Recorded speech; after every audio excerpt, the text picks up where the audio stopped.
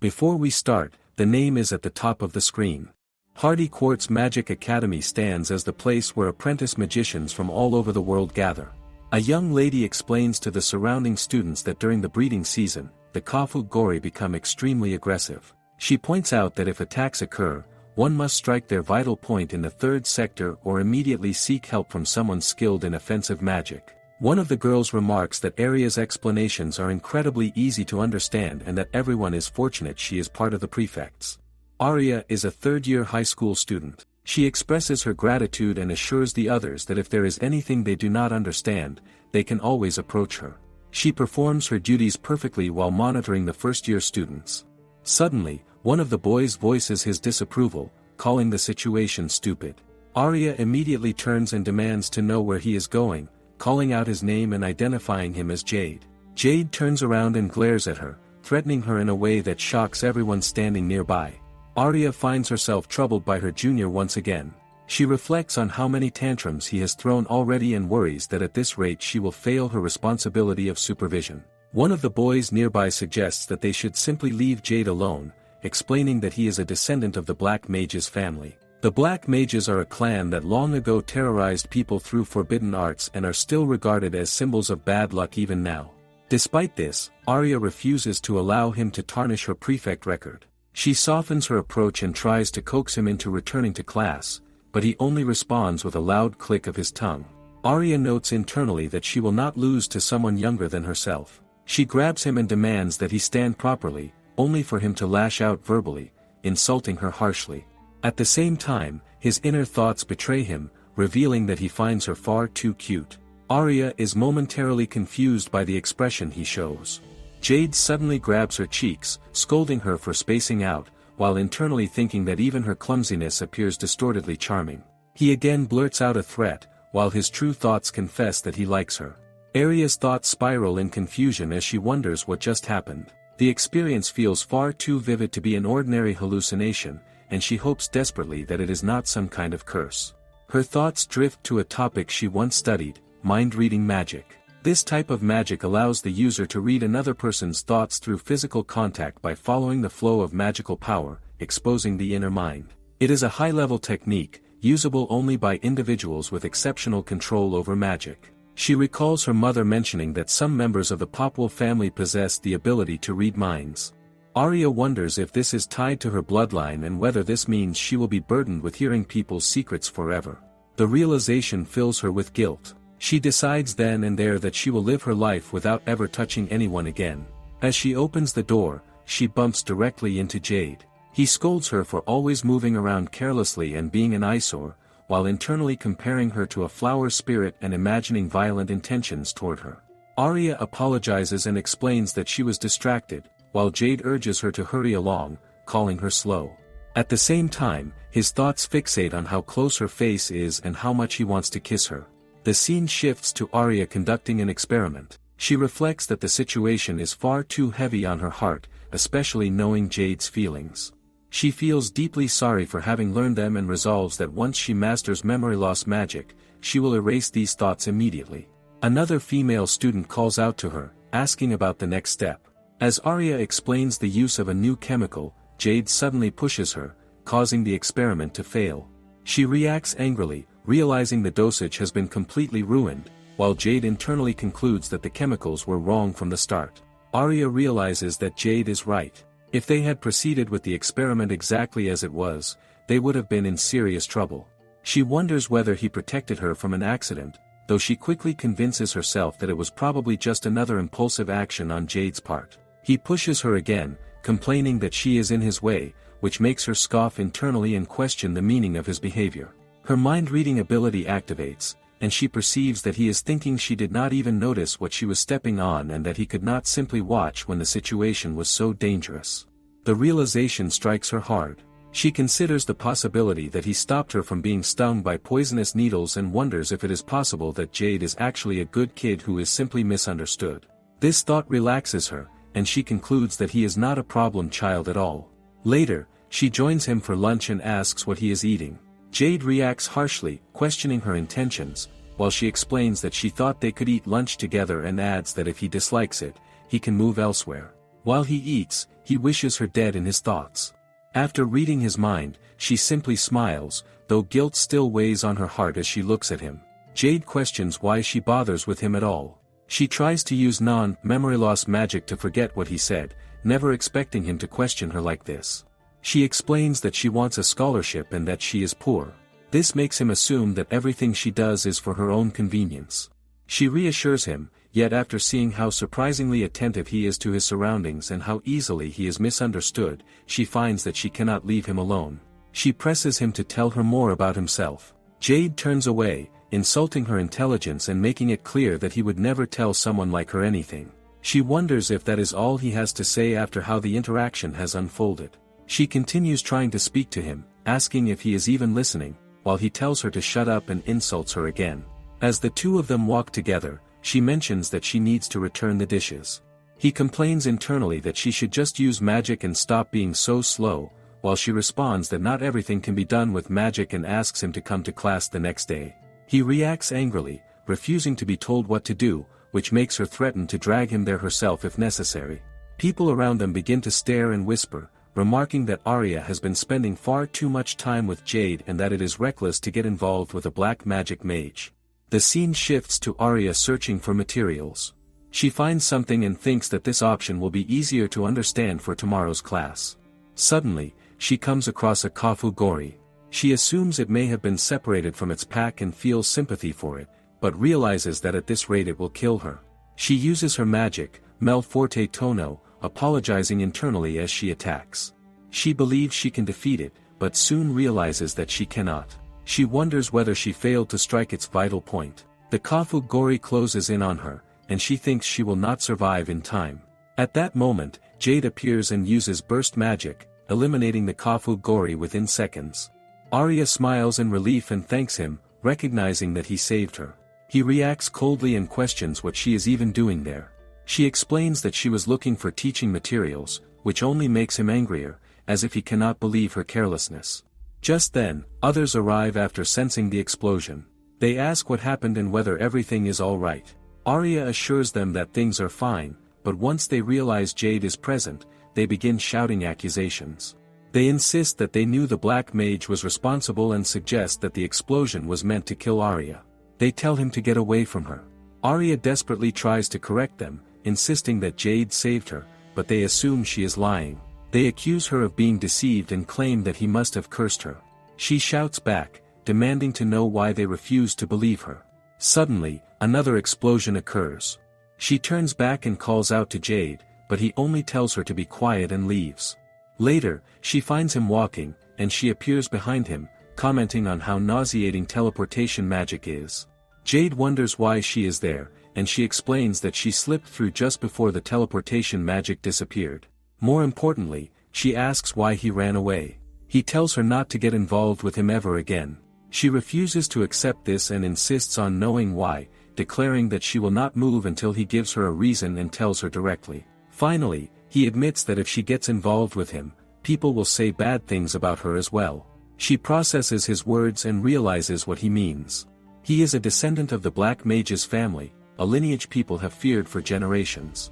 No one wanted to guide him around the school, afraid of being cursed to death. He recalls the moment she first approached him as a new student, introducing herself as Arya, a third-year middle school student in charge of school guidance. At that time, Jade had wondered whether she knew he was a black mage and had told her not to talk to him out of sympathy. She had replied that she did not care about events from 500 years ago and that he had done nothing wrong. Returning to the present, Jade tells her that she is adored by everyone and that there is no way someone like him should stand next to her. She realizes that everything he did was for her sake. She laughs through tears, thinking that he is far too awkward, which explains why he is so complicated. Embarrassed, Jade snaps back, questioning what she could possibly know about people. She assures him that there is no reason for anyone to say bad things about him and insists that he is kind. She believes she can clear up all the misunderstandings surrounding him. At that moment, she realizes she is touching him. Her mind reading activates again, revealing that he is already imagining marrying her. Startled, she pulls her hand away, wondering what just happened. He tells her that he does not need her kindness. She thinks to herself that this junior is unbelievable and wonders what will become of her school life now. Arya thanks everyone for waiting and announces that she is going to check the attendance. She wonders whether Jade will not attend today. Jade is what one could call a problem child. He is the descendant of a family of black mages feared by everyone. She thinks that at this rate, his absence will have repercussions on her grades as well. Just at that moment, Jade arrives, making it clear that she should not mark him absent. Seeing him there lights her up. Jade goes and messes up her hair, complaining that she is far too noisy this early in the morning. At the same time, he thinks that she should not come near him with that irresistible smile of hers. He outwardly regards her as trash, yet internally he thinks that she will end up being the only thing he will ever think about. This makes Arya remember how, the last time, he had wanted to marry her, prompting her to push him away. She thinks that his true feelings are outrageous. Her thoughts brighten briefly as she recalls that the Popwell family are excellent manipulation magic users who can read the inner minds of whoever they touch. She realizes that she had been careless. If there is anything Jade does not understand, she reassures herself that he can always ask. She then wonders whether he should sit at the front. While the two of them are caught up in this moment, someone suddenly slams their desk, saying that Jade never showed up before and that he should not sit in that territory. This makes Arya wonder whether the tension has suddenly risen to a terrifying level. She tries to calm the situation, telling them that they should not say such things and that they have finally managed to be all present. This person is Brad. He may look scary, but she had thought of him as a kind-hearted older brother type. Now, however, she wonders why he is being so hostile. There are people who persecute black mages, but she knows Brad is not that kind of person. So she asks him why he is acting this way and suggests that they should stop here for today, as she is leaving. She asks Jade to come to the next class. Suddenly, Brad grabs her hand, insisting that she had been told to leave this guy alone and questioning why she will not just let him do what he wants. In reality, Brad thinks that Jade is frightening, and he cannot tell what he is thinking. He believes the others are scared of Jade too, and he feels that he has to protect them. Arya understands now that Brad is hostile toward Jade simply because he does not know him well. If that is the case, then she believes it is her responsibility to teach them. She announces that their assignment for today is to find adequate magic tools for training at the magic shop. As they prepare to leave, both Jade and Brad glare at each other. She thinks that she should give them a conversation topic as fellow classmates, but the situation is so bad that she feels she must do something immediately. She calls out to them and asks them to look at a pair of rings. When power magic is cast into them, the rings resonate with each other. She wonders whether they are pretty and thinks that she will buy them. This leaves both her heart and her wallet frozen, and she feels like crying. Brad walks away in the other direction, and she thinks that it is a failure. She then notices that Jade is still there. He questions whether she is going to wear the rings alone, making her wonder why that would be a bad thing. He thinks that she is a pitiful girl, which makes her scoff internally and decide that it is none of his business.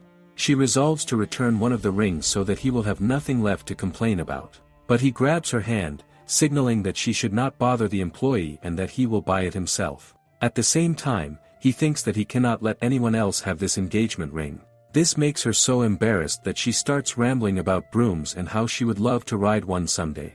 Jade comes closer to her and points out that the broom she is looking at is not her size, while he imagines the two of them riding together. She becomes even more embarrassed and rushes off, thinking that, just like he suggested, she should go to another aisle. Jade gestures that she should check the smaller ones, as they are easier to maneuver, and that she tends to compensate for her lack of speed with flexibility. This makes her realize that he has seen through her habits. He reflects that it is the same with Brad. Speed is valuable, but his excessively huge magic tools cause his magic energy to be unbalanced, and an additional magic tool might help him, especially since he uses ranged magic. She tells him that he has really been looking after everyone. This makes him so embarrassed that he moves away again, clearly flustered. Arya can tell that he is embarrassed and that he has been thinking this much about his classmates. She thinks that if only she could show this side of him to everyone. As they are all walking, Jade notices that someone is crying.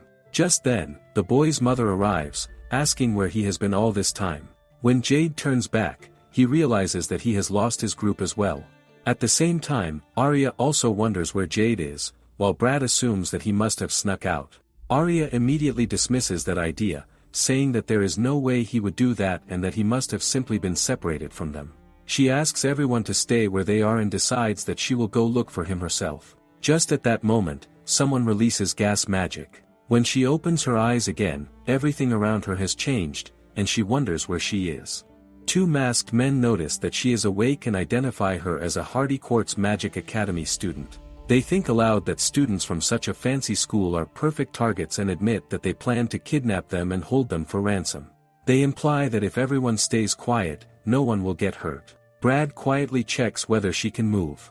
Arya realizes that she cannot, as the magic is quite strong and she does not think she will be able to break free. Arya notices that there are other students there as well and wonders what she is doing. She is a prefect and should be protecting everyone. She signals to Brad that she will distract them, and that he must use his magic to tell Jade where they are. At first he is flustered, but then he understands. She knows she just needs to create an opening. She touches them with her shoes and hears their thoughts, realizing that they are wondering where they went wrong in life and how kidnapping happened simply because they could not attend the Magic Academy. Finding her opening, Arya draws their attention to the idea of attending the Magic Academy. This confuses the kidnappers, who wonder what she is talking about. While Brad is taking the time to contact Jade, Arya reflects that the binding magic is strong and assumes that magic must be something they like. This leads the kidnappers to take pride in their abilities, thinking about how impressive their magic is and how they specialize in flying magic, not just broomsticks but boards as well. She encourages them, keeping them talking, while internally begging Jade to hurry. Just then, Jade appears using teleportation magic and immediately picks her up, checking on her condition. The kidnappers are shocked, wondering who he is. Jade silences them and uses his binding magic to pin them to the wall. Arya feels relieved and grateful. The kidnappers threaten that they will never forgive him for ruining their plans, but Jade intimidates them into silence, threatening them if they speak again. The other students watch in confusion, realizing that Jade saved them and is acting unexpectedly gentle. Brad calls out to him and, though reluctant, acknowledges that he saved them. Jade simply turns away. Other students then gather around Jade, curious about the magic he used and eager to learn more. Slowly, the misconceptions surrounding Jade begin to clear. However, Arya realizes that she put everyone in danger, so she decides that they should dismiss for the day. Jade calls out to her. She reflects that she had left him alone earlier and feels apologetic, but he is flustered by the thought and reassures her that it was not her fault. He pats her lightly, thinking that the extracurricular today was only meant for them. She wonders whether he realized that. Jade notices her expression and thinks that she should not look so sad, as it does not suit her. Internally, he admires how she works with all her might for the sake of others, even as he insults her in his thoughts. He leaves, and Arya is left spiraling, wondering what this strange, overwhelming feeling inside her really is.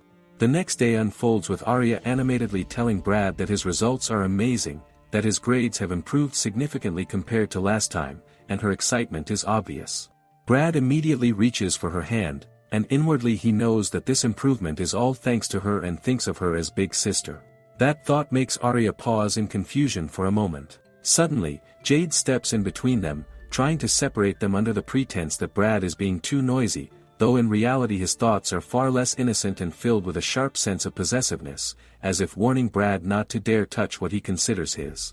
This only makes Arya blush even more, to the point that she starts fidgeting and hopping around nervously. The reason for her reaction is clear to her alone. She has ended up reading Jade's thoughts again, and the gap between his spoken behavior and what he truly feels is far too wide. Now that she can perceive it, she does not know what to do with that knowledge at all, and she finds herself wondering what on earth she is supposed to do next. At that moment, she brings up the topic of Jade's scores, with confidence, explaining that Jade is her honor student, someone who gets perfect scores again and again without a single mistake. Brad cannot help but wonder why she sounds so smug as she opens the report card, thinking that surely this time it might be different. Instead, Arya suddenly raises her voice in disbelief and rushes off to Jade's homeroom teacher, Sphene. He calmly explains that there are no mistakes in Jade's grades, yet Arya remains confused because she cannot believe that everything could be wrong in this way. The homeroom teacher adds that even if she insists otherwise and even if the answers are shown, Jade himself claims that he did not write any of them. If things remain as they are, the teacher warns, Jade might even face expulsion. However, there is another option. If Jade clears the dungeon of the supplementary crash class, the problematic grade will be removed. In the end, the entire class will be required to participate. Arya immediately thinks that if Jade's expulsion is truly on the line, then there is no choice but to accept, and she loudly declares that they will do it. As they move out, Jade tells her not to decide everything on her own so forcefully. When Jade turns back, he notices the homeroom teacher watching them and encouraging them to do their best, but once they are gone, the teacher's expression twists into a knowing smirk. Soon after, Arya is shown fully prepared, already dressed in her night attire and urging everyone to get ready to go. Jade cannot help but wonder why she is being so overzealous about all of this. Arya herself feels a vague sense of unease about the entire affair, but she resolves that if anything dangerous happens, she will simply protect everyone. She tells Jade to stay close to her no matter what. This instruction only leaves him more confused, and in a sudden burst of emotion he pushes her back against a wall, clearly overwhelmed and irritated by being ordered around, especially when her cuteness is making it hard for him to think clearly. Reading his thoughts, Arya quickly pushes him back as well, insisting that they are standing far too close. This contradiction leaves him wondering, since she was the one who told him to stay close in the first place. Arya herself starts to question her own behavior toward Jade up until now, realizing that she does not understand her actions or feelings at all. Eventually, a massive monster appears before them, causing the students to shout warnings for Arya to be careful. Before anything can happen, Jade swiftly scoops her up, not allowing her to remain standing there absent-mindedly in danger. Arya feels grateful to him, while Jade scolds her that it truly is too dangerous to leave her alone. Despite this, Arya finds that she understands Jade less and less, and she wonders why it has become so difficult for her to look away from him. Embarrassed by her own reaction, she turns her gaze aside and focuses on the task at hand, deciding that they should head toward their objective and check whether everyone is present. When she looks around, however, she realizes that Jade is missing. The scene then cuts to Jade alone, standing in an unfamiliar place and wondering where exactly he is. At that moment, someone approaches him, praising him for still being able to use magic, even after a dimensional barrier has already been set up. It is revealed that the figure standing before Jade is none other than the homeroom teacher. He remarks that this outcome is exactly what he expected from a descendant of the clan of Black Mages. Jade scoffs inwardly, thinking that this is nothing more than the teacher's own prejudice.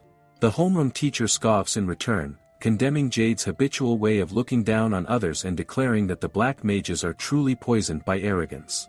He draws out his magic wand, filled with fury, denouncing the Black Devilish clan that caused horrendous events 500 years ago and questioning how such a lineage could still be allowed to exist. Jade carefully dodges the attack, scoffing again as he recognizes the same tired accusation being thrown at him. The homeroom teacher continues, carving his words with hostility, accusing Jade of intending to repeat the tragedy of the past. He labels him a filthy black mage and demands that he vanish from the academy. He believes that he has already subdued Jade, but to his surprise, Jade stands completely unharmed. Jade calmly asks whether the teacher is satisfied now, then releases magic toward the back wall, making it clear that the teacher has no chance of winning against him. The homeroom teacher declares that so be it, insisting that Jade must learn his place, and then turns the magic wand upon himself. Jade realizes in that moment that the man has blown himself up. Just then, Arya arrives, calling out for Jade after hearing loud noises. She is relieved to find him and immediately checks whether he is all right. The homeroom teacher urgently tells Arya to stay away from Jade, pointing out his own wound and claiming that Jade is the one responsible. He shouts that Jade is extremely dangerous and insists that Arya should already know this. It is true that Jade is foul-mouthed and sharp-tongued, that he often responds with threats and displays difficult behavior, and that the gap between his spoken words and his inner thoughts can be unsettling. Even so, Arya shouts back that Jade is not someone who would ever hurt others. This declaration shocks the homeroom teacher. Other classmates arrive as well, voicing their agreement and saying that they believe Jade is actually a good person. This only fuels the teacher's rage, and he shouts that he would never believe such nonsense. Before the homeroom teacher can make another move toward Arya, Jade steps forward and slams him against the wall. He makes it clear that he does not care what happens to himself, but he draws a firm line, making sure the teacher understands that he must never lay a hand on Arya. Later, the professor is arrested and jailed, and the official grades are restored. Arya is overwhelmed with happiness. Brad and the others openly become Jade's allies, and she cannot hide her joy. She asks Jade whether he is not happy as well, then suddenly realizes that she has gotten carried away and suggests that they should end things there for the day. At that moment, Jade grabs her hand. He expresses his gratitude for her believing in him. Arya is struck by the realization that his voice and his heart are finally in complete unison. Because she has the ability to read Jade's heart, she suddenly finds herself unsure of how to act around him anymore. She lets out a small chuckle, leaving him puzzled about what she finds amusing. She explains that she was simply thinking about how strange everything feels. Jade awkwardly pulls his hand away, telling her to move, but then he trips and falls. Arya ends up on top of him, apologizing as he embarrassedly insists that he will kill her, while his true thoughts betray him, imagining a future where he has a family with her and lives a happy life. That realization hits Arya with overwhelming force. Startled and flustered, she pushes him away and runs off, accusing him of skipping far too many steps at once. In the end, she still does not understand him, and Arya's day of anguish continues on. Arya signals to her juniors that they should head back to the academy as she continues walking. As she prepares to use her levitation magic, she suddenly slips and falls onto someone.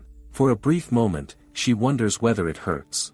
It turns out to be Jade, the one she falls upon. He remarks that her face is already foolish enough on its own, though in his mind he is thinking that it feels as if an angel has fallen from the sky. The situation embarrasses her deeply, and she quickly pushes herself away, apologizing in a flustered manner. Jade is a first-year student, feared by many as a descendant of a clan of black mages. Yet every time Arya looks at him, it becomes difficult for her to breathe, as if she is under some sort of spell. Her heart pounds so loudly that she begins to wonder what this unfamiliar feeling is. We see a scene where suddenly, a monster's roar echoes nearby, snapping her out of her thoughts. She notices that it is a metalbeal, and it is rare to encounter a black one. She wonders if it has become separated from its pack and reassures it that she means no harm. She gets this revelation that she can read the hearts of magic beasts as well. However, instead of hearing their thoughts as she does with humans, she sees their aura instead. The aura of this beast is dark and cold, resembling ice. She realizes how lonely it must be to be separated from its pack, yet it remains extremely hostile. Before she can react further, Jade simply walks over and picks the creature up, stating she is clearly unaware of how to properly handle a magic beast. He hugs it without hesitation, treating it as if it were harmless, which shocks everyone around them. He warns the magic beast not to make so much noise near his throat, but before he can finish, he notices that everyone is staring at him. He immediately straightens up and claims that he will cast a memory loss spell on all of them, ordering them to line up. This causes Arya to think that he is exaggerating the situation. She approaches him and asks whether he likes magic beasts. He responds that he does not particularly like them, finding them merely less strange than humans. This response makes Arya chuckle, which only irritates him further. He reacts angrily, questioning what she finds amusing and threatening to kill her for it.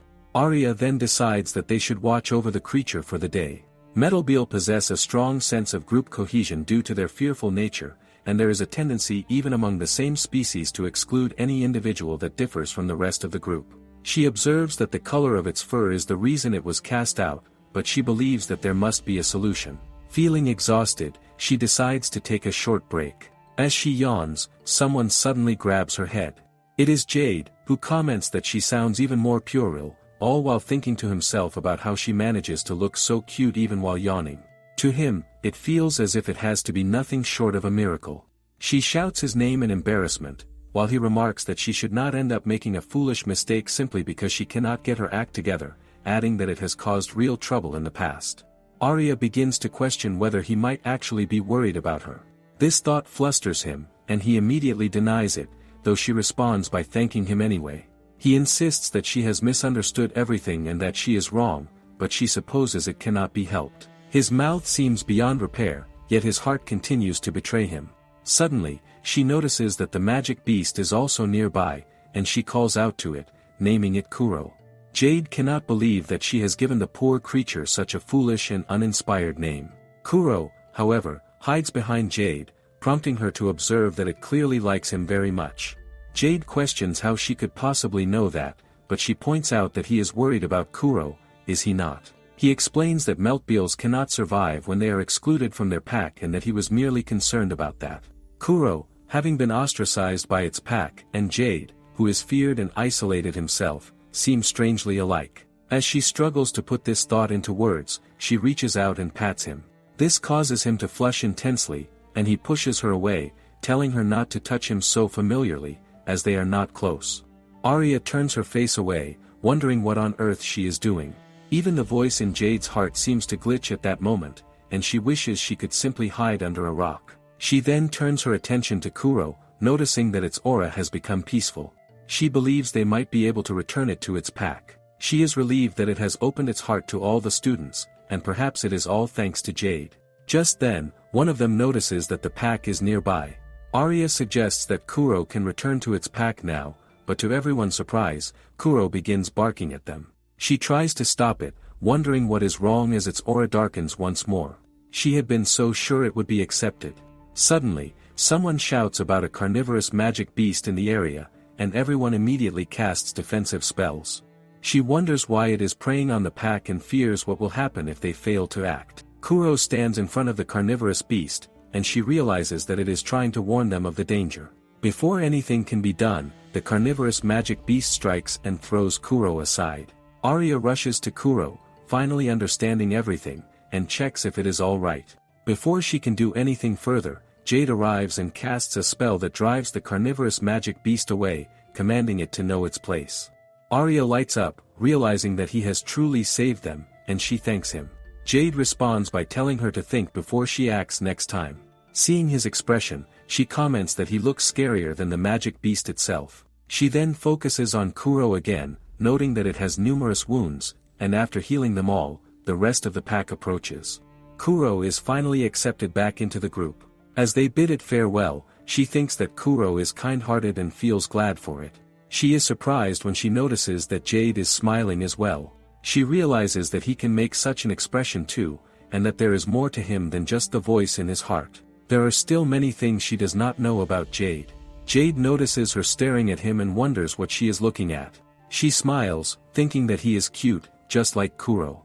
The moment the thought escapes her, she immediately tries to take it back, hiding her face and insisting that it is not what she meant. Still, she can tell that her words have had a strong effect. He grabs her, asking if there is something in her eyes and questioning what her problem is, calling her a foolish woman.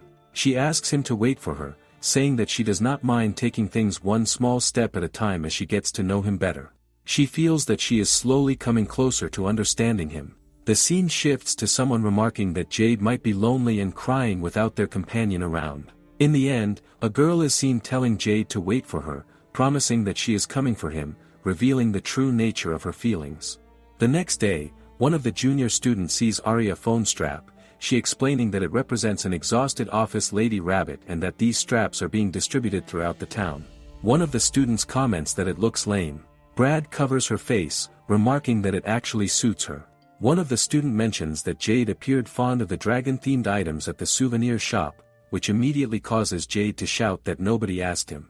Brad teases him, insisting that it is no big deal and that he should just wear it as an earring. Jade reacts with obvious frustration, as if he is about to attack him. Lately, however, Jade has been opening up to others little by little, showing glimpses of a softer side. Suddenly, Beryl calls out to Jade and rushes to hug him, saying that he must have been very lonely without her. The sight makes Arya lose color in her face, visibly shocked. Jade immediately responds by putting Beryl in a neck lock, scolding her and reminding her how many times he has told her to stop charging at him like that. It is clear that this behavior is not new. Arya wonders who this girl is. Beryl apologizes for her impoliteness, introducing herself and explaining that her transfer to the school had been delayed because of a bad cold. She reveals that she and Jade have been childhood friends since they were about 7 years old and that Jade has always been this way. She also mentions that she came to check on him. Arya feels happy and reassured, realizing that even Jade has a close and trusted friend. Beryl expresses relief that Jade now has people to have lunch with and acknowledges Arya's kindness. She warns Jade not to cause trouble for Arya. Arya knows Beryl is a good person, yet Beryl is visibly huffing as she brings up past grievances, describing how a Jade should kick her in the face, insulted her when she licks his shoes, and beats her up, asking Jade which outcome he would prefer. Jade replies that he would actually prefer her to be eaten by a magic beast, leaving an appalling impression on Arya, who wonders why she feels so unsettled. Beryl then calls out to Arya, explaining that she has not yet collected all her magic tools and wants to go shopping with Jade, but worries he might get shy and not listen. She seeks Arya's assistance in encouraging him. Arya feels slightly uneasy at the thought of the two of them shopping together but recognizes that it is good they are close friends. She suggests that they go together, which makes Beryl extremely happy, interpreting her suggestion as a kind and responsible act, but she also reminds herself of the dangers present in the city and her duty as a prefect to keep watch over them. Beryl expresses her hunger and jokingly tells Jade to feed her the trash and throw it at her, to which Jade simply directs her to a nearby store to get a proper meal. Beryl notices that the store even has items related to Maria-chan, while Arya doubts that Jade would enter such a cute place. To her surprise, Jade consents. Inside the store, while Arya sneaks around, Beryl observes that Jade has always loved cute things, to which he confirms it, adding that the same applies to her. She explains that she prefers the yami kawaii aesthetic, enjoying items that feature bones and organs, although she knows Jade is really bad with anything horror-related. She recalls that he even used to wake her up at night to accompany him to the toilet. Jade reacts in disbelief, asking when that happened and warning her not to tell anyone else. Arya notices how completely different Jade is when he is with Beryl. He is laid bare, relaxed, and unguarded, unlike the careful restraint he maintains around her.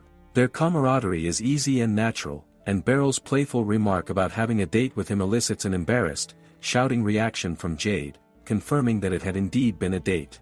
Arya reflects on this, understanding that because they are childhood friends, it is natural for him to act so differently around Beryl, and seeing them hang out together like this makes sense. Yet, despite this rational understanding, she cannot help but follow them, compelled by an unspoken curiosity and feeling of connection. She considers turning back but hesitates, lost in thought. Just as Arya debates what to do, Beryl and Jade emerge from the cafe, noticing her presence. Arya is caught off guard and blurts out that her being there is purely coincidental, managing only a nod and a smile. Beryl asks if she will join them, and Arya feels an unfamiliar sting in her chest, a feeling akin to a thorn lodged deep inside. She initially hesitates, insisting she does not want to intrude on their rare outing, but Beryl, noticing her expression, expresses a genuine desire to get to know Arya better. Confronted with such earnestness, Arya realizes she cannot say no. The three of them share ice cream together, Beryl making deliberate efforts to bond with Arya. Watching them interact, Arya experiences a strange discomfort as she sees their closeness, sensing a subtle tension in her heart. She notices Beryl teasing Jade for his shyness and turns to Arya, asking if something is wrong. Arya quickly denies anything is amiss, attributing her flushed expression to the overwhelming delight of the ice cream, and rushes off to add toppings. Beryl quietly remarks on Arya's cuteness to Jade, but he offers no response, remaining uncharacteristically silent. Despite the beautiful weather and the simple pleasure of ice cream, Arya feels a lingering drizzle over her mood. She wonders about Beryl's significance to Jade and feels a strong desire to understand him, though the thought of confronting his feelings frightens her. At that moment, Jade appears, questioning why she is lingering alone. Flustered and caught in a lie about getting lost, Arya debates whether she should return but fears she will not be able to regain her usual composure in front of both of them. Jade unexpectedly gives her a keychain, blushing as he explains that he simply happened upon it in the store and insists she not misinterpret it. Arya hears his unspoken thoughts, realizing that he notices when she is not herself and hopes to lift her spirits. The realization that Jade is always attentive whether she is struggling or exhausted touches her deeply. She recognizes that no matter how much she tries to hide her feelings or maintain control, Jade always notices.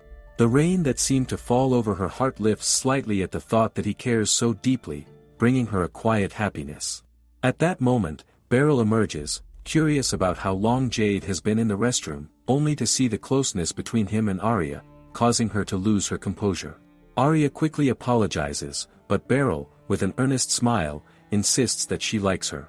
Arya thanks her but is left spiraling in thought, questioning whether she is enough for Jade and why Jade would be with her, worrying if she might be intruding on something sacred between him and Beryl. Suddenly, Beryl exclaims her long-held feelings, declaring that she has always looked after Jade and will not forgive Arya if she approaches him without wholehearted intent. In a surprising turn, she challenges Arya to a duel, leaving Jade standing confused, bewildered by the sudden escalation. Arya, equally flustered, realizes that the situation has completely spiraled out of control, the plot of their day becoming tangled and chaotic. Beryl tells Arya that they should settle things properly with a serious match. If Arya wins, she gets Jade, and everything will be decided fairly. Arya wonders how things ended up like this, but Beryl clearly shows that she has no intention of handing Jade over. From behind them, Jade points out that he does not belong to Beryl either. When Arya sees Jade standing beside Beryl, a sharp pain strikes her chest. The race itself is simple. They must circle the forest burns on their brooms, and whoever returns first wins. Sabotage or anything meant to distract the other is allowed. Jade thinks there must be a safer way to handle this and questions whether they are really going through with it, but both of them are already ready, holding no hard feelings. He shouts at them to listen to him for once, calling them foolish for taking part in such a stupid and meaningless match. Arya feels that backing down now would only make things worse, and she believes she can handle this. She decides she will face Jade's feelings head-on as well. The referee announces the start, calling for them to take their marks and prepare before giving the signal. Jade sighs and thinks that whatever happens, no one should say he did not try to stop them. Both racers fly forward at once. Beryl launches a fierce Furunsrakushin, but Arya manages to deflect it. Beryl reveals that she has been watching Jade this entire time and believes she is the one who understands him best. She thinks that if Arya is getting close to him out of nothing but pity, she will never forgive her. Arya is shaken by this accusation.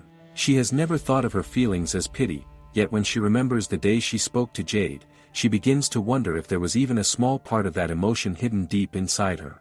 In that moment of hesitation, Beryl attacks again, demanding to know if this is really the time to be spacing out. As Arya is struck, she wonders if what she is seeing now is one of Beryl's memories. In that memory, Beryl approaches Jade and asks what he is doing. Jade wonders if she even knows who he is, and she admits that she does not, asking if he is some kind of famous comedian. She tells him that she is physically weak and has no friends, which is why she wants him to come and play with her. That is when she touches her magical beast for the first time. She asks if he wants to touch it too, but he refuses, and she teases him by asking if he is scared. Another memory follows, showing Beryl standing alone under pouring rain, thinking that he probably will not come. To her surprise, Jade appears, shouting at her and asking why she is outside on a day like this, calling her an absolute idiot. His hair is a mess, his clothes are soaked, and she realizes that he must have run around looking for her. He acts cold, but he searched until he ended up like this. At that moment, it finally hits her that he is actually kind. Arya realizes that Beryl has been by Jade's side this entire time and knows so much about him. Arya can read other people's emotions using mind-reading magic, yet when it comes to her own feelings, she cannot understand them at all. She wishes she could use that magic on herself. Compared to someone like Beryl, Arya feels that she is lacking in many ways. She has probably known this all along. Jade is easy to misunderstand because of the way he acts, but deep down, he truly cares about his friends. Honestly, he is impressive. He even softens around magical beasts, and his kindness comes out in awkward ways. When Arya thinks about it, the time she has spent with Jade is actually very short. She is still unsure whether her feelings are pity or something else. Even so, she knows she does not want to give up on him, and with that resolve, she flies forward again. Suddenly, Beryl notices a flock of bird-type magical beasts approaching. There is not just one, but many of them, and she shouts that they are getting in her way. In the chaos, she loses balance and begins to fall. Just before she hits the ground, Arya rushes in and saves her, asking if she is alright. The two of them argue that this situation is not safe, especially since the broom was only meant for one person. With two riders, it counts as a loss. But just in time Jade comes flying and rescue them, and give them a good scolding after that. Later we see Beryl declares that this means total defeat for her. However, she immediately states that from now on, they are fair and square rivals. The next time they meet, she will become an even better woman, so Arya should not let her guard down. After she leaves, Arya notices that her neck is slightly bruised and prepares to use magic on it. At that moment, Jade arrives and asks if she is planning to repeat the same mistake again. He points out that the injury grazed her neck and needs proper treatment since she is bleeding. He casts healing magic while scolding her for ignoring all warnings and sulks over the fact that she completely disregarded him. Arya wants everyone to know that Jade is actually very kind. She wants him to make many friends and for his world to grow wider. More than that, she wants to stay by his side. The moment that thought crosses her mind, her face turns red. Jade notices her strange expression and wonders what is wrong with her. Flustered, she pushes him away, thinking that if he touches her again, she might explode, and she runs off. As she escapes, she wonders what she is supposed to do now and what kind of face she can even show the next time she sees him. In the end, she decides that she is done for now. Ever since the incident with Beryl, Arya has been acting strange. She does not even realize that her hair is messy from sleeping, and Jade cannot help but think about how cute she looks and how much cuter she is supposed to be before he would ever feel satisfied. When he approaches her and tells her not to stand there spacing out, she immediately leaves the area and apologizes as she goes.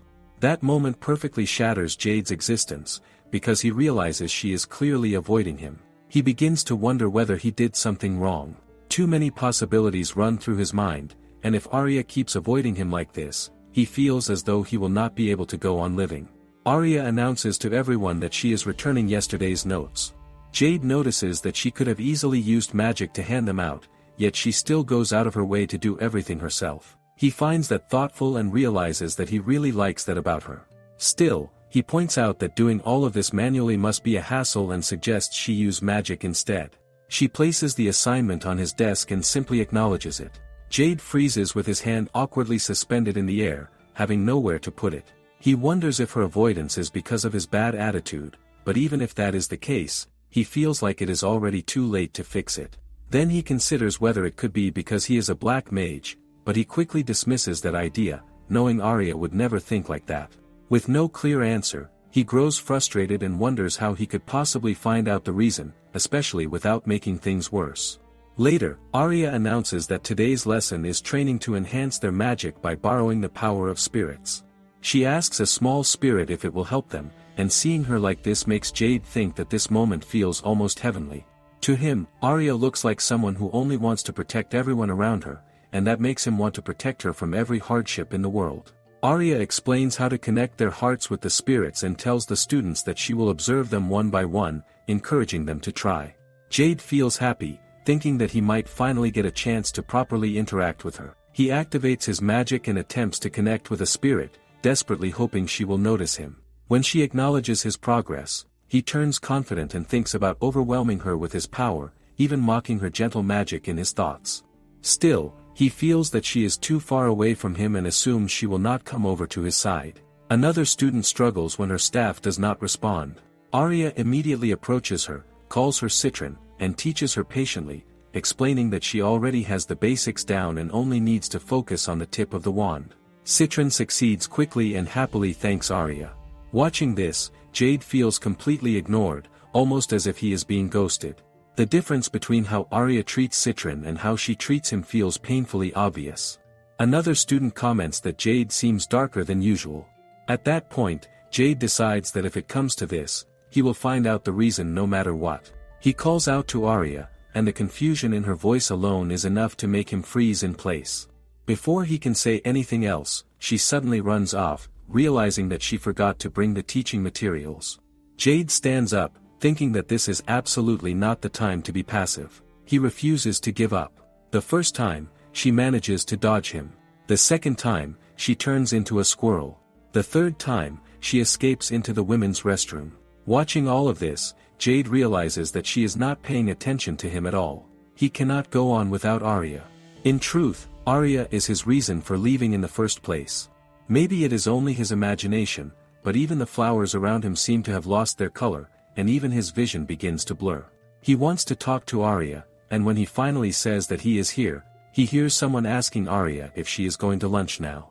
The junior student says that she has to prepare for the next class and also feed Arya, telling her to have some of her food as well. Arya thanks Lapis, and when Lapis asks Arya to please do it for her too, it makes Jade extremely jealous. He also wants to feed Arya plenty of things that she likes. Just thinking about it makes him so happy that it feels insane. After that, Arya is seen walking off with Lapis. Jade thinks that this is now his only chance. His sudden appearance makes her stumble, but before she falls, he grabs her, scolding her for not even being able to walk properly, while internally begging that even just a little is fine, pleading with her to like him. Arya pushes him away again, telling him not to come any closer, which causes him to fall, and he immediately thinks that he has messed up once again. Now he is seen sitting alone on a bench, thinking that she has been avoiding him because she hates him, and that it really was just such a simple thing. All the good memories begin to spiral in front of him, only to be crushed when the bad memory of Arya telling him not to come any closer resurfaces in his mind. He does not want Arya to hate him anymore. Suddenly, he hears someone asking Arya to have lunch together. Arya responds that she cannot go because she has to get ready for class, but the boy insists that even if it is just a cup of tea, it would be fine. At that moment, Jade steps in between them and slams his fist against the wall, blocking the space between Arya and that boy, and demands that the boy get out of there. Seeing Jade like this, that boy does not waste a single second and quickly rushes away.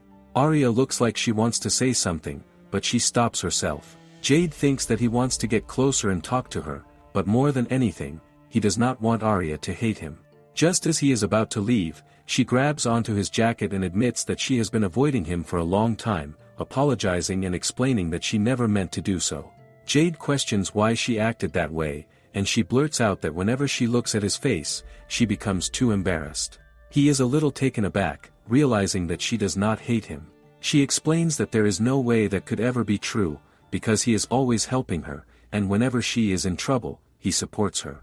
Someone like him is not someone she could ever hate. This realization makes him overwhelmingly happy, and he feels thankful that he is not hated after all. He tells her to stop doing such confusing things, and once again, just seeing his face causes her to faint from being overwhelmed, making him shout her name in panic. She does not even understand why she is acting like this or how long she is going to keep getting flustered. He is not even here right now, and she is already a wreck, so she wonders how she is supposed to teach like this. She tells herself to calm down. She is a top student and a perfect role model, and even if she sees Jade, she will stay calm and composed. She enters the room while greeting everyone good morning, but the moment she sees him acting like a prince of a country riding a horse and greeting her good morning again, she becomes so flustered that she almost ends up shouting in shock. Jade greets her with a smile, not even starting the day with his usual attitude, and there are even flowers blooming in the background, which is impossible on so many levels. She starts to think that everything she has guarded against must mean this is a dream. However, Brad, who is practically dying of laughter, explains that this is not a dream and asks her to give him a second. He reveals that Jade accidentally got hit with a magic potion during an experiment, a potion that turns someone into their ideal self. The effect lasts for 3 hours, so she just needs to endure it safely until it wears off. This makes her realize that this must be Jade's ideal version of himself. Jade then suggests that if she would like, everyone could join him, and he has even prepared marshmallows. She cannot believe that he says something like that so casually, since it is literally the last thing Jade would ever say. Brad continues laughing, saying that Jade's ideal self is way too over the top and wondering what kind of picture books he grew up reading.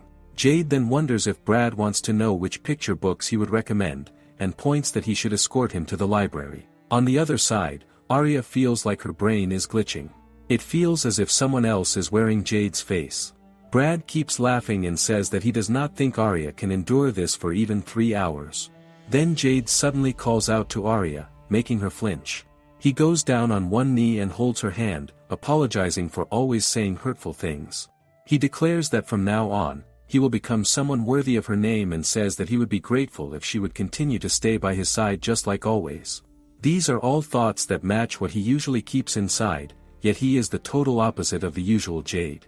Citron clicks a picture, saying that this has turned into something really funny and that they will have proof once the spell wears off. Jade continues to make very cringe poses, asking how about this one, which throws Arya off badly. Trying to regain control, she suggests making a potion with mold leaves and wonders if anyone knows about these herbs. She then notices that Jade is actually sitting properly and even raising his hand. This version of him feels too unreal, and it gives her a sense of bad omen. She asks Jade to go ahead and answer. He explains that the herb is mainly used in healing salves and that its properties change depending on the time of day it is harvested. Its effects are quite versatile, making it rather convenient, almost like a seasoning they can use when they are not paying attention. This makes Arya think about how he could be such an honor student. She praises it as a perfect answer, which makes him so happy that he immediately grabs her hands thanking her for understanding him. Jade being way too obedient becomes extremely hard for Arya to deal with. Suddenly, someone screams when they see someone falling off a broom. People start to wonder whether this is supposed to be a flying lesson or something worse. Arya knows this is bad, and at this rate, there will be a crash into them. She tells everyone to stay calm and decides to handle it herself, but before she can even do anything, we see that Jade has already moved close to the window to save the boy who is falling. He checks if the boy is hurt anywhere and tells him that he has great potential, advising him to try riding in a more relaxed manner next time. When he comes back, people begin to whisper among themselves, wondering if Jade was always like this. They admit they do not know much about him, but now they think he is amazing and almost prince-like. Many realize that they have completely misunderstood black mages until now, commenting on how kind he actually is. Jade calmly reassures them, as if kindness is only natural, especially for someone like him. Seeing Jade act like this toward everyone makes Arya feel strangely jealous. She wonders if she is the only one thinking this way. She tells herself that she is glad everyone is accepting him, yet she cannot stop feeling weird about it. Deep down, she realizes that she actually liked the sharp-tongued Jade better. That thought leads her to wonder if that makes her some kind of masochist. Noticing that she looks down, Jade approaches her and signals that he wants to talk for a bit afterward. Arya wonders how close he is leaning as he senses that something is bothering her. He wants her to tell him what it is, expressing that he wants to be someone she can rely on. This makes her think that he is just as kind as ever and that everyone seems to have accepted him as well. She starts to wonder if it might be better if things just stay like this. Jade then notices the time and thinks that he should start drinking the potion, but Arya suddenly grabs his hand. He wonders why she is stopping him, while she asks herself why she even did that. When Jade asks her to let go, he points out that if he drinks it, he will go back to being a gloomy, foul-mouthed, borderline abusive guy. She cannot believe that he is casually calling himself that. She begs him not to drink it and tells him to look closely at the contents, claiming that she already transferred what was inside the bottle. However, he knows she is lying because he has been carrying it with him everywhere. She thinks this is unfair when he insists that if she can take it, then she should go ahead and try. Finally, seeing her hesitate makes his heart thump, and he loses his guard, which allows her to get hold of the potion. He wonders why she is trying to stop him and why she cares so much about his old self. She explains that she has seen his sharp-tongued side and his clumsy side, the one where he cannot honestly express his feelings. Sometimes she really did think it was bad, but she admits that she liked him just the way he was. The realization hits her all at once, and she spirals internally, realizing that she just said something completely outrageous. She starts to panic about what she should do now. Jade suddenly wonders what he is even doing there, and she asks if he has gone back to normal. He then shouts in confusion about what is wrong with his clumsy outfit. Arya asks if he does not remember anything, and he responds that he has no memories since this morning. She realizes that he does not remember what happened earlier at all. The thought makes her feel both relieved and disappointed at the same time, and her conflicted body language makes Jade wonder what on earth he could have done to her. Arya questions about Cake Day on the 16th, where she learns that it is an event in which people give cake to someone close to them, and that some people even give it to their crushes. This makes Arya start wondering why Jade's face keeps appearing in her mind. She knows she clearly said it back then, but it was something spoken in the heat of the moment. She is only giving cake as a friend, and she does not even know what this feeling truly is. She then wonders who she is even making excuses to. After doing several experiments, she looks at the result in disgust, wondering whether the cake is supposed to look like this. She thought she was making a regular cake, so she questions where she went wrong and considers that perhaps the recipe itself is incorrect. At that moment, Beryl shouts from behind that the home economics room has turned into a bandit hideout. She walks over and asks what on earth this is, and Arya replies that it is supposed to be a cake, quietly adding that she will make another one over there. The two of them continue making the cake while Arya notes how unbearably awkward the situation feels and how she is terrible with silence, especially after the prune incident involving Jade that also included Beryl. On the other hand, Beryl wonders whether she should start a conversation but decides against it, not wanting to make things more awkward. She then notices Arya staring at the cake in horror, wondering why it is turning into a monster and why it is multiplying. Beryl finally loses patience and tells her to stop, and Arya apologizes, promising that she will make it quietly next time. She realizes that baking is far more difficult than she expected. Beryl then joins in, saying that she will help as well, clarifying that she does not want any misunderstandings and that she is only repaying a favor from before. She tells Arya to stop staring and get to work. Eventually, the cake is completed, and Beryl remarks with pride that it was indeed made properly before turning to leave. Just then, Arya calls out to her and thanks her, causing Beryl to blush as she blurts out that Arya is surprisingly absent-minded. The scene shifts to Arya wondering what kind of expression he will make when he receives the cake. She tells herself that it is not just for Jade, that it is for others too, but then reality hits her and she starts worrying about how she is even supposed to give it. The act of giving it feels more embarrassing than she imagined, and she wonders what people usually do in moments like this. She looks it up and finds that it should be given when they are alone and when the mood is right, which leaves her confused about what a right mood even means. She starts thinking that giving it might be harder than making it. She briefly considers just eating the cake herself, but a bird suddenly swoops in and steals it, making her shout in shock over the cake. She realizes that she could not bring herself to give it anyway, so maybe this is for the best. Beryl watches everything from a distance and thinks that Arya is incredibly stupid. Jade then appears from behind, asking what she is doing, and Beryl immediately tells him to chase after the bird that took the cake. Jade wonders why he has to do it, but she explains that it was Arya's cake, which shocks him and makes him immediately take off on his broom to retrieve it. Beryl curses herself for helping the enemy and thinks that Arya should consider this a favor to be repaid in the future. The scene changes to Arya standing all alone when Jade returns and asks whether the gift box is hers. Arya, however, is more distracted by his outfit. He urges her to hurry and take it, while she wonders whether he really came looking for her and why that might be. He calls her slow, and she catches glimpses of his thoughts as he wonders who the cake was meant for, questioning whether she would have packaged it if she were eating it herself. He speculates whether it was for a first year, an upperclassman, or even a teacher. She calls out to stop him, causing them to fall onto each other. Jade calls her an idiot, questioning how many times she plans to fall onto him. Arya blurts out that she was actually thinking of giving it to him. She cannot look at his face but still wants to see his reaction. She knows the cake is in terrible condition and that giving it like this is impossible, but she feels it cannot be helped. She thinks that this time, she could finally give it to him, but it is already too late. Jade takes the smashed cake from her hands and takes a bite. Arya cannot believe how mushy it is and thinks that he does not need to force himself to eat it. Jade comments that it looks seriously annoying, and Arya suddenly starts chuckling, saying that she is happy he likes it. This makes him blush even more. Even without reading minds, there are feelings that can still be understood. From a balcony above, someone watches the entire scene and notes that this is Arya Popwell, the honor student who can read minds. Ever since Arya gives him that cake, whenever she tries to say things like calling it a day right there or suggesting that they submit the assignment next time, the two of them end up getting embarrassed far too easily. She never thinks it would drag on like this. Then, all of a sudden, a flying carriage appears heading straight toward them. Someone steps out, and murmurs spread among the students about why the Lord White Mage is here, with many quietly admiring how beautiful he looks even without making any effort. That person is indeed the White Mage, Ghosh. Arya wonders how Brad even knows him. Brad explains that the White Mage stands at the very top of the magical world, is handsome, kind, and has accomplished great feats, which is why Citron has also become a fan along with many others.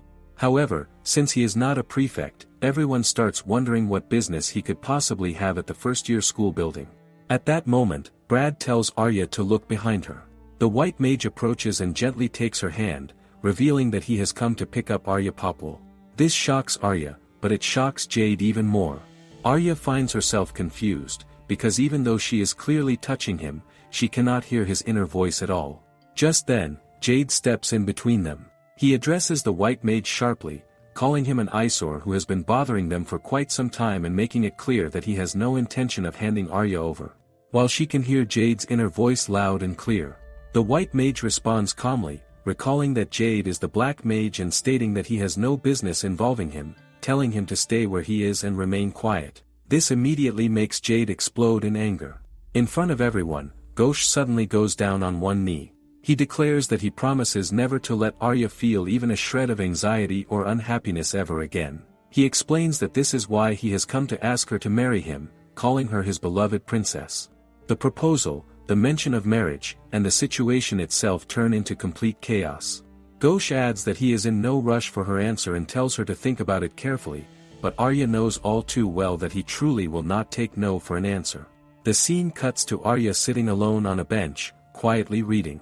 Ghosh arrives and calls out to her, while Jade glares at him intensely, wondering what kind of ridiculous confidence he has. Ghosh confidently states that Arya will definitely fall in love with him. Arya can't help thinking that such confidence is almost unbelievable. Suddenly, she starts sneezing. Ghosh immediately worries about her catching a cold and gently wraps a sauna around her, insisting that she should not let her body grow cold. He even mentions that he could summon a fire spirit if necessary. This makes Jade shout in frustration, accusing him of trying to roast her alive instead. Jade thinks that it is actually his job to warm Arya up, though he has no idea when that ever became the case. Arya, on the other hand, wonders the same thing. The scene shifts to Arya working, lost in thought as she wonders what she should have for lunch. When she looks up, she finds Ghosh standing right in front of her. He asks whether she is heading to lunch and immediately prepares a vast table filled with food for her. As she tries to eat, Jade scoffs at Ghosh, questioning whether he is just messing around. Ghosh reacts by pointing out that Jade has appeared once again and asks if he wishes to be locked back inside that birdcage. Arya quickly wants them to stop fighting right over her head. Just as she is about to eat, Jade stops her, thinking that only an idiot would eat food served by a complete stranger. At the same time, what he actually wants to say is that she should not make such a cute face, because anyone who sees it would end up falling for her. The scene cuts to Arya working out, pushing herself to set a new personal best record. Ghosh arrives, noticing that she must be tired, and summons a resting place for her to relax. The resting spot he creates completely defies imagination. Jade scolds him, telling him to at least read the room, while internally wanting to protect Arya's sleeping face. Ghosh then grabs Arya and suggests that they should go on a date. She becomes deeply confused when she realizes once again that she cannot hear anything from him. Seeing her expression, Ghosh wonders whether she has already fallen in love with him. Jade immediately steps in between them again, telling Ghosh to give it a rest, while internally thinking that he should stop acting so touchy and freely around his Arya and treating her like that. A week passes, and Arya reaches her limit in many ways. The inability to hear his inner voice, combined with the sudden talk of marriage, overwhelms her. She starts wondering what his true ability actually is. She notices someone staring at her without saying anything, so she approaches the girl and asks if something is wrong. The girl denies it at first, but then admits that she has lost her lover letter and is too embarrassed to tell anyone. She panics, thinking that this is terrible and that she needs to find it quickly. At that very moment, Ghosh arrives and asks whether the letter he has found is the lost item the lady is looking for. The girl takes the letter and thanks him. Arya wonders that she never told anyone about the letter, so how did he know exactly what the girl was searching for? As she is thinking this through, Jade suddenly calls out to her, snapping her out of her thoughts. She points out that if he has something to say, he should just say it. Jade wonders whether he did something wrong when she asks if something is bothering him. He tries to avoid the topic and leaves, saying that it is nothing, but Arya knows very well that it is definitely not nothing. She grabs him, insisting that they are not done talking yet. Jade comments that she is far too persistent, while internally thinking about what he feels toward that man. There is no way he can ask her about it directly. This makes Arya wonder whether this means that he might actually be jealous. Seeing him like this, she finds herself thinking that Jade is strangely cute. Just then, Ghosh suddenly appears between them, saying that he is also curious to know what Arya thinks of him. Both Jade and Arya are shocked by his sudden presence. Jade immediately pushes Ghosh's hand away, making it clear that he should not touch him. At that moment, it finally hits Arya. It was the same situation with the lost love letter. It feels almost as if Ghosh is reading their minds. Ghosh then confirms to Arya that what she is thinking right now is correct and reveals that he can use mind-reading magic. This revelation completely shocks her. Arya realizes that Ghosh can use mind-reading magic, and it strikes her awareness immediately. She knows without a doubt that he is aware she possesses the same ability, and gets worried that what if he told others about this, but then thinks if he truly intended to expose her, she reasons, he would have done so long ago. She wonders what his true intentions are and decides to meet him. When he greets her, she instinctively questions whether he is an enemy or an ally. Ghosh reassures her that he is indeed an ally. As a member of the White Mage clan, he has considered the implications of using mind-reading magic publicly and concludes that it is in both their interests to keep their abilities secret. Arya acknowledges the truth in that reasoning. Ghosh then links his fingers with hers, emphasizing that they are comrades. Mind-reading magic does not function between ability users, which allows them to touch without worrying about exposing their inner thoughts. Arya feels the weight of carrying her secret alone, and Ghosh silently acknowledges that it must have been difficult. He assures her that from now on, he will remain by her side. Though she cannot hear his thoughts, the intensity of his resolve is enough to quiet any lingering fear or doubt within her. Jade, noticing the closeness, grabs Ghosh to tell him to stop clinging and accuses him of being a stalker. Ghosh brushes off her words, stating he has no time for introductions, and gives Arya something he prepared. He also mentions he is hosting a party at his place the following night, insisting she must attend, and adds that the Black Mage is welcome as well. After he leaves, Arya wonders about the nature of the party and what she should do. Jade, observing her, asks if Ghosh said anything unusual, noticing a smug expression on her face. Arya turns away, insisting it is nothing, unable to reveal anything about mind-reading magic. She feels a quiet apology to Jade for her secrecy but decides she will come for now. As they arrive, Arya marvels at Ghosh's house, noting that even a family accustomed to the supernatural would require considerable space to accommodate all he has prepared. He has utilized every room with deliberate care. She notices that Jade has also arrived, and this is perhaps the first time she has seen him out of his uniform. He stutters slightly when speaking, betraying his nervousness, yet Arya senses his thoughts. He finds her overwhelmingly cute and wishes to keep her to himself before anyone else notices her. Arya understands that she cannot let her guard down, though Ghosh's gestures remain polite and considerate. He remarks on her dress, complimenting it, and kisses her hand, referring to her as his princess. Despite the romantic formality, their abilities as users prevent any magical interference, and Ghosh seems unconcerned by this limitation. He acknowledges Jade, noting that he had not noticed him earlier because he had blended into the shadows. The three enter the castle, and Arya feels as though she has stepped into heaven. Ghosh explains that he has prepared a variety of things for her visit and encourages her to relax and enjoy herself without reservation. Arya's mouth fills with happiness as she takes in the scene, completely absorbed by the warmth and care that surrounds her. Ghosh expresses that he is honored to see Arya enjoying herself so much, remarking that it fills her with delight to think she could visit every day. He even suggests that she should not stop by on her way home from school, but actually live there as his wife. Arya wants to protest immediately, feeling that he has misunderstood her entirely. She hurriedly tries to change the subject, commenting on the beauty of the interior, how it resembles a painting.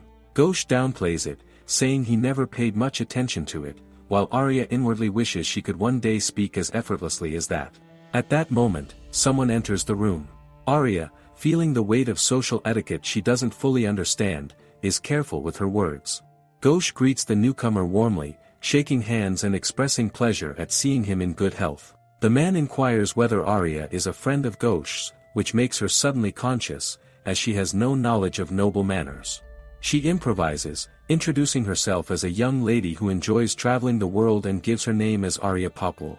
Jade, observing silently, wonders what on earth she is saying.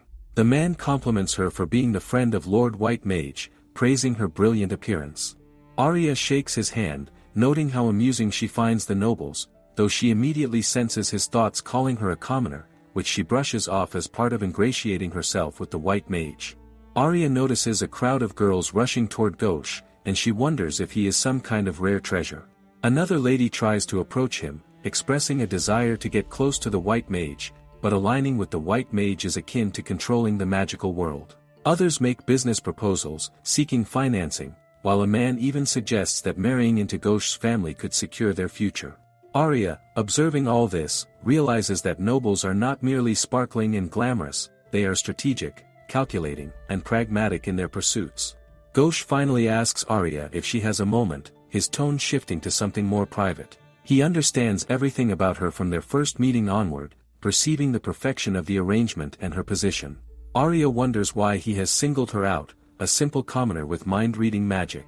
He explains that it is for the protection of the family's secrets, ensuring peace of mind within his household. A partner immune to his mind-reading magic would bring both of them tranquility. If Arya were to become his fiancée, he believes all preparations would be complete, he only needs to flip the switch. He goes down on one knee, calling her his dearest princess under the full moon, vivid roses surrounding them, blessings from onlookers, and a one-of-a-kind diamond ring glinting in his hand. He is certain that failure is impossible, imagining Jade watching quietly as Arya accepts with joy. But Arya blurts out an apology instead. At first, Ghosh thanks her politely, assuming she meant something else, but when he realizes she has actually rejected him, disbelief overtakes him. He cannot comprehend being rejected for the first time in his life and shouts, demanding to know what is wrong with him. Arya responds simply, calling him an idiot. In that moment, Ghosh recalls his past vividly. From birth, he was groomed to become the next head of the family, trained to meet the expectations of his parents. Even as a child, his ability manifested at the age of 5, but the praise he received was always conditional. He was worthy as a human being of the white family, and only then could his parents love him. At home, it was always about his ability; outside, it was about family pedigree. No one ever acknowledged Ghosh for himself. The words "because he is an idiot" strike him with deep resonance, yet for the first time, someone Arya looks at him sincerely, appreciating him beyond his abilities. Those words feel precious. Arya, despite calling him an idiot, senses the earnestness and kindness behind his actions and finds that part of him wonderful. Ghosh, overwhelmed, insists she must not look at him with such affectionate eyes. He rises abruptly, shouting the admonition, and begins to run, his face flushed deeply, his heart pounding uncontrollably. He wonders, in a mixture of awe and confusion, what is happening to him, what is this intense feeling thrumming in his chest. Arya decides that she will return the wand she has been keeping on the last day of the test period. However, she wonders why Ghosh is here. He hasn't contacted her since the incident, and she hasn't seen him around school for a while. She worries if he is alright and asks him about it. Ghosh responds with frustration, asserting that he has no obligation to speak to her. Undeterred, Arya asks if he intends to study together, to which Ghosh replies defensively that she is getting the wrong idea. It's not like he likes her or anything. Arya is taken aback by the sudden change in his personality, yet she feels happy at the thought of being able to study with him. Ghosh, flustered by her reaction, jumps out of the window in a rush. It seems his usual composure has faltered, and Arya can't help but notice his unusual behavior. She stretches, then sits down to focus, thinking about how tense she always gets during examinations. She worries that if she falters, she might lose her scholarship, but she acknowledges that perhaps she put in a bit too much effort this time. Suddenly, Jade approaches from behind, warning her to watch where she is working. Internally, he thinks that she is clumsy, yet he wants to protect her no matter what. Before he can take any action, Ghosh intervenes, teasing Arya about her carelessness and commenting that her dull complexion could use some improvement. He then summons a large number of cookies, which makes Arya wonder if he is some kind of wholesaler. Flustered, Ghosh insists it was an accident, claiming he made too many cookies by chance. Arya tastes them and finds them surprisingly delicious, noting that each one seems made with care and has a gentle flavor. She thanks him sincerely, which makes Ghosh lose his composure once again. Concerned, Arya asks if he is alright, and he defensively tells her not to come near him, his face betraying his embarrassment. Jade attempts to take the cookie pouch from Arya, telling her to ignore Ghosh, but she insists on sharing the cookies with him too. Both Ghosh and Arya are flustered by her actions, unable to fully comprehend her behavior. Arya wonders what she is even doing, while Ghosh quickly gathers all the cookies, insisting that they weren't given to her for sharing, bewildered by her intentions. Despite his baffling behavior, the last day of the test period arrives. Arya opens her bag to return everyone's wands, only to find that they are gone. Panicked, she searches her bag frantically, certain that she had placed them in the pouch. Jade arrives, noticing her struggle, and his keen expression makes her anxious. She tries to explain, but Jade already knows that something is wrong. Feeling cornered, she attempts to leave, convincing herself that he is overthinking the situation. Meanwhile, she appears confused and flustered by her sudden agitation, shouting as he realizes the wands are nowhere to be found. Arya laments that if she had her wand, she could use a search spell, but without it, she might cause trouble for everyone. Suddenly, a barking sound catches her attention. It is Kuro. She pats him, relieved to see him doing well, and in his presence, she admits that she has lost everyone's precious wands and can't find them anywhere. She berates herself for being such a careless prefect. From behind, Ghosh reveals that he has heard everything and chastises her for being awfully careless. Arya turns to him, calling his name, and although he assures her that he wasn't following her, she feels a twinge of sadness. He takes her hand and gently places her head on his, instructing her to stay still and focus on him. Confused but trusting, Arya complies, wondering what he plans to do.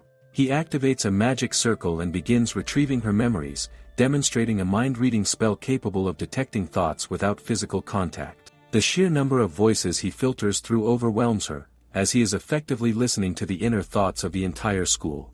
Jade, witnessing this, jumps in shock at the sight of them so close. He explains to Arya that by burning a vast amount of magical energy, it is possible to hear the inner voices of those nearby. Through this extraordinary ability, he identifies that 3 witnesses observed the spirit carrying off the wands, and he pinpoints the location to the flower bed behind the school building. Arya, awestruck, grasps his hand and marvels at his skill. Ghosh, blushing and embarrassed, insists that it is not for her sake and urges her to hurry. As he stands there, he notices Jade's presence and comments on his poor state. Jade, visibly angry, demands Ghosh's opinion of Arya, which makes him blush and respond curtly that it is none of his business and questions the same thing from Jade. Jade refuses to answer too. He says that no matter how he treats Arya, it won't matter to him. After all, this is what it means, isn't it?